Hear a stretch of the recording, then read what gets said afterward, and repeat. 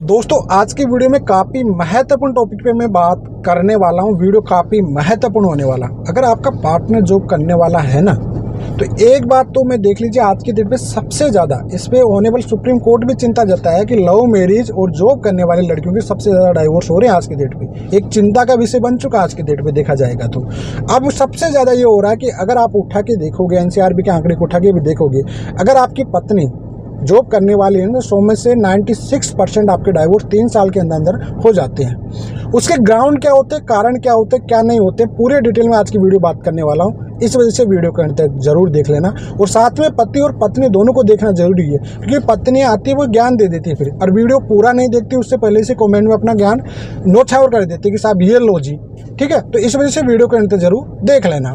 तो चलिए दोस्तों, नो टाइम पास नो बकवास, सीधा करते हैं काम की बात। मैं हूँ हंस। सेकंड बात दोस्तों, कमेंट में नंबर ना छोड़े, अगर आप मुझसे ही बात करना चाहते हो, डिस्कशन पूरी डिटेल होती है, अपॉइंटमेंट बुक करके आप बात कर सकते हैं। तो चलिए दोस्तों, स्टार्ट करते हैं आज का टॉपिक।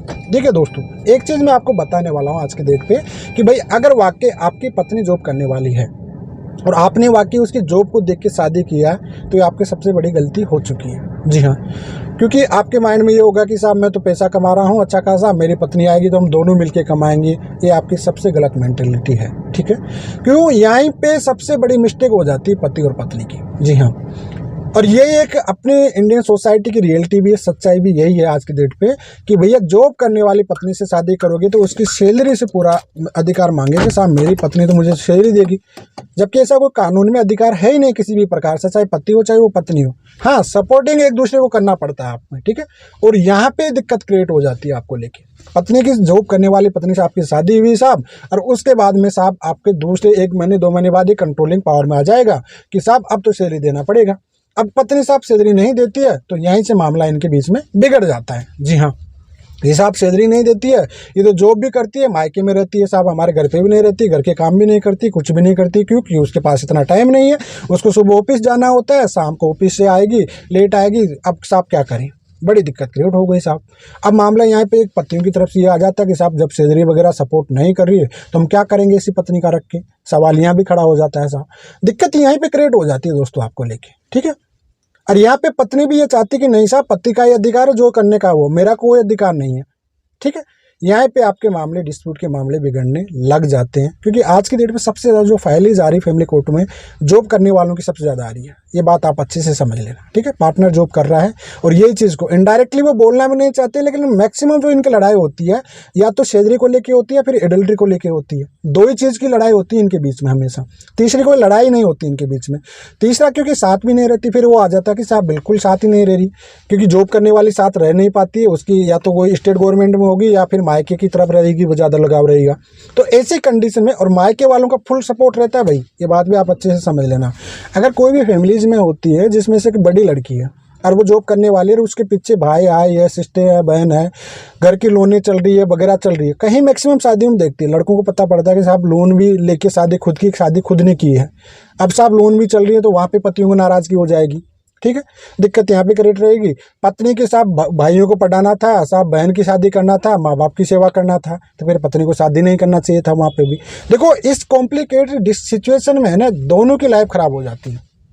और 100 में से 96% मैक्सिमम इनका या तो टाइमिंग नहीं दे पा रहे हैं, साथ में नहीं रह पा रहे हैं, या फिर सैलरी की लड़ाई हो रही है, या फिर कोई एडल्ट्री का मामला चल रहा है। ये कुल मिलाकर आपके सबसे ज़्यादा, या फिर घर वालों का रिमोट है, घर वालों का रिमोट रहेगा। क्यों? क्योंकि लड़की जब सपोर्ट करती है, उनकी लोनें भी चुकाती है, हाउस लोन भी ले रखी है, पर्सनल लोन भी ले रखी है, शादी का भी चुकाना है उसको, भाइयों को भी पढ़ाना होता है, सब कुछ जिम्मेदारी होती है। यहाँ पे जाके आपका रिश्ता बिगड़ जाएगा, और ऐसी कंडीशन में लड़की समझ नहीं पाती है, मैक्सिमम 3 साल के अंदर इनका डाइवोर्स हो जाते हैं। दिक्कत यही करेक्ट होती है। पतियों की भी गलती ये होती है कि आते आते ही पत्नी पे कवर करने लग जाते हैं कि साहब सैलरी को कवर करो साहब। सबसे पहले तो भले बंदा ने 1 लाख 2 लाख रुपए कमा रहा होगा, लेकिन वो कवर पत्नी की सैलरी करेगा पूरी सारी, ठीक है। दूसरी बात, अगर पत्नी नहीं भी देगी तो पत्नी का एक फेवरेट डायलॉग रहेगा, साहब मैं सेविंग कर लेती हूँ, आप किसे खर्चा कर लो। 2 साल 3 साल आप खर्चा करके देखो साहब, 3 साल बाद पत्नी से पूछो, पत्नी के पास 100 रुपये नहीं मिलेंगे, क्योंकि पूरा मायके पे चला जाएगा। तो करे तो क्या करे इंसान, यही दिक्कत क्रिएट हो जाती है भाई साहब। ये बात आप अच्छे से समझ लेना। और यही दिक्कत सबसे ज़्यादा बनती जा रही है आज की डेट पे हस्बैंड वाइफ जो जॉब करते हैं उनके अंदर में। और ये सिचुएशन का कोई सॉल्यूशन नहीं दिख रहा आज के डेट पे, क्योंकि कोई ये नहीं कह सकता कि साहब पत्नी की सैलरी पे कवर करो साहब। यहाँ पे पत्नी को खुद को समझना पड़ेगा और पति को समझना पड़ेगा। अच्छी बात है, मायके का सपोर्ट करना चाहिए, आपको पूरी तरह सपोर्ट करना चाहिए, लेकिन ये जिम्मेदार नहीं है कि साहब भाई की शादी करना है, बहन की शादी करना है, घर मकान बना के देना, ये करना, तो फिर आपको शादी ही नहीं करना था किसी भी तरह से। पति हमेशा आपका साथ मांगता है, ये बात आप समझ लीजिए, लेकिन घर वाले आपको है ना पूरी तरह से टॉर्चर करके रखते हैं और पूरी तरह से डिपेंडिंग हो जाते हैं आप पे, ये बात समझ लेना। और याद रखना, जिस महिला को, जिस भी लड़की का, जैसे कि मायके वाले उसकी लड़की का, बेटी का खा रहे हैं ना, वो कभी सक्सेस नहीं होते। आप कितने देख लेना कहीं भी दुखा के, मैं एक फैमिली के तौर पे कर रहा हूँ इस बात को, एज ए सोशल वर्कर के तौर पे कहता हूँ कि मैं कहीं सारे केसेस देखा हूँ ऐसा, जो कि वाकई मतनी वाले घर वाले जो उस पर डिपेंड हो जाते हैं, और खास करके जिसके घर वाले जॉब वगैरह नहीं करते हैं और उनमें से कोई लड़की के जॉब लग गए ना, तो भैया पूरी फैमिली उस पर डिपेंडिंग हो जाएगी फिर पूरी तरह से, ठीक है। तो ऐसे कंडीशन में उस लड़की की पूरी ज़िंदगी खराब हो जाती है, और उसमें उसका अहम रोल उनके घर वालों का होता है। अब वो एक इमोशनल अटैचमेंट होती है, फैमिली भी होती है, वो खुद डिसीजन नहीं ले पाती है, एंड वो खुद का रिश्ता ही खराब करना तय समझती है। अब क्या कर सकते हैं भाई, आखिर में खुद का रिश्ता खराब कर लेती है। ये सही कई जगह सिचुएशन आती है ऐसी महिलाओं को, जो कि अपनी फैमिली से खुद ने मेहनत की होगी, डिपेंडिंग थी, तो घर वाले उसके बाद भी शादी के बाद ये सोचते कि शादी तो हुई है ना साहब, हो गया साहब, हमारी जिम्मेदारी तो खत्म हो गई, अब साहब क्या दिक्कत है, अब तो क्या दिक्कत है, अब तो पैसा भी जाएगा साहब, आ रही है, और उधर से पति को देना नहीं है। इसी सिचुएशन में सबसे बड़ी गलती हो जाती है और इनका मामला यहाँ से बिगड़ने लग जाता है। तो अब ऐसी कंडीशन में क्या किया जाए भाई, क्या करे क्या नहीं करे। अगर आपको ऐसा लगता है कि वाकई आपकी पत्नी आपकी पत्नी पे पूरी फैमिली डिपेंडिंग है, भाई पूरी फैमिली उसकी डिपेंडिंग है, सैलरी वगैरह लोने फोने सब चल रही है ना, तो ये चीज़ें तो या तो पहले पड़ताल कर लो आप इन सब चीज़ों की लेके, पहली बात तो यह है। दूसरी बात, अगर बाद में है तो अगर वाकई आपको उम्मीद लगती है कि आपकी वाइफ सुधर सकती है या नहीं सुधर सकती है, तो फिर आप उस पहले से मूव ऑन कर लीजिए, सबसे बेस्ट फ़ायदा यही है। अन्यथा आपको दिक्कत बहुत बड़ी क्रिएट होने वाली है, आपका रिश्ता नहीं टिकने वाला है। और मायके की तरफ उसका पूरा लगाव है, पूरी तरह से है, तो फिर आपका रिश्ता नहीं टिकने वाला है। ये बात समझ लो कि वह भाइयों की जिम्मेदारी उठाएगी, भाइयों की उठाएगी नहीं। मतलब अगर आपके बाल बच्चे हो चुके हैं और उसके बाद भी अगर आपकी पत्नी नहीं सुधर रही है, तो इसका मतलब कुल मिलाकर आपने अपनी की ज़िंदगी खुद के पैरों पर खुद कुल्हाड़ी मार चुकी है। ठीक है, अच्छी बात है कि आपको जगह 1 साल 2 साल तक आपने नहीं किया, अच्छी बात है, शादी के बाद भी कर रही है, लेकिन ऐसा मतलब कंटिन्यू नहीं है कि साहब पूरा ही रिस्पॉन्सिबिलिटी है, आप खुद ही जाते करते जा रही हो, कोई नहीं करेगा यार, फिर उसके बाद तो कोई पति भी नहीं करेगा। ये बात समझ लो कि साहब पत्नी सपोर्ट के लिए तो चाहता है ना पति की, मेरी पत्नी, और ऐसा भी नहीं करना चाहिए पति के साथ मेरी पत्नी की सैलरी पर पूरा अधिकार मैं करके रखूं, खर्चा भी नहीं करूं मैं तो मेरे अकॉर्डिंग, ऐसा भी गलत है भाई। जॉइंट में रखो, दोनों का अच्छा खाता खुलाओ, आराम से दोनों पे अपने बच्चों पे खर्च करो, अच्छे से पढ़ाई लिखाई कराओ। करना क्या है, जिंदगी आपकी खुद की काटनी है तो आप आराम से काट सकते हो ना, दोनों भी, क्या दिक्कत है भाई, जिंदगी आपकी आराम से आप खुद भी काट सकते हो, प्यार प्रेम से काट सकते हो। तो ऐसे कंडीशन में किसके लिए आप कर रहे हो, आपके बच्चों के फ्यूचर के लिए कर रहे हो, आपके खुद के फ्यूचर के लिए कर रहे हो, तो अच्छा कैसा इन्वेस्ट करो, आप प्रॉपर्टी में करो, अच्छी जगह करो, आपके बच्चों के लिए अच्छी एजुकेशन दो, उनको सबको मिलकर आप दोनों अच्छे से करो। और कहीं ऐसा नहीं कि हर जगह आपको पता है आज की डेट पे हस्बैंड जहाँ कमाते हो अपनी वाइफ के नाम से बड़ी बड़ी कंपनी, बड़ी बड़ी बिजनेस चलाते, बड़े बड़े होम मकान चलाते हो, आपको पता हो। तो ऐसा नहीं, पत्नियों के नाम से बहुत चीज़ें होती है। अब आपको ऐसा लगता है कि नहीं ये सबके साथ ऐसा होता है, ऐसा नहीं होता है।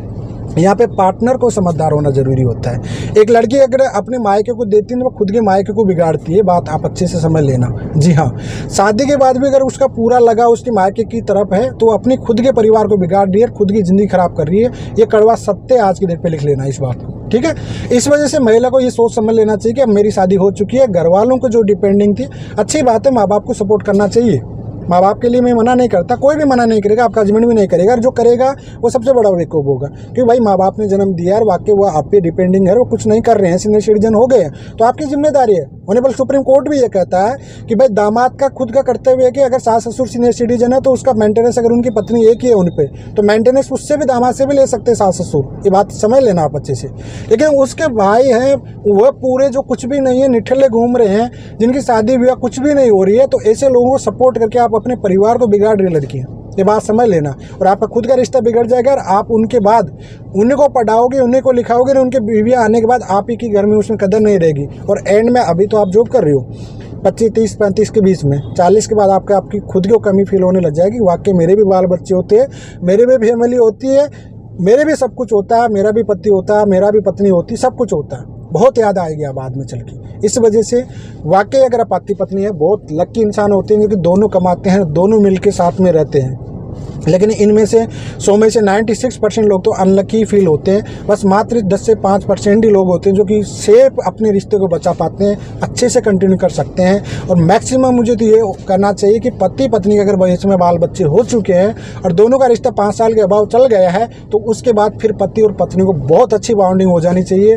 और फिर वो किसी भी मायके के लिए कोई नहीं करता। फिर उसके बाद में वो लड़की को थोड़ा टाइम देना चाहिए, आते ही उसकी सैलरी पे कंट्रोल नहीं करना चाहिए। लड़कों को ये चीज़ें समझना चाहिए, अन्यथा आपका रिश्ता पूरी तरह से बिगड़ जाएगा। और कोर्ट कचहरी में देखो टाइम मनी वेस्ट होता है, उसमें कोई फायदा नहीं है। तो कुल मिलाकर जो मुझे बताना था वो आपको समझ में आ गया। फिर भी अगर आपके कोई सवाल होते हैं कमेंट में छोड़ सकते हैं। फिलहाल आज के लिए इतना ही।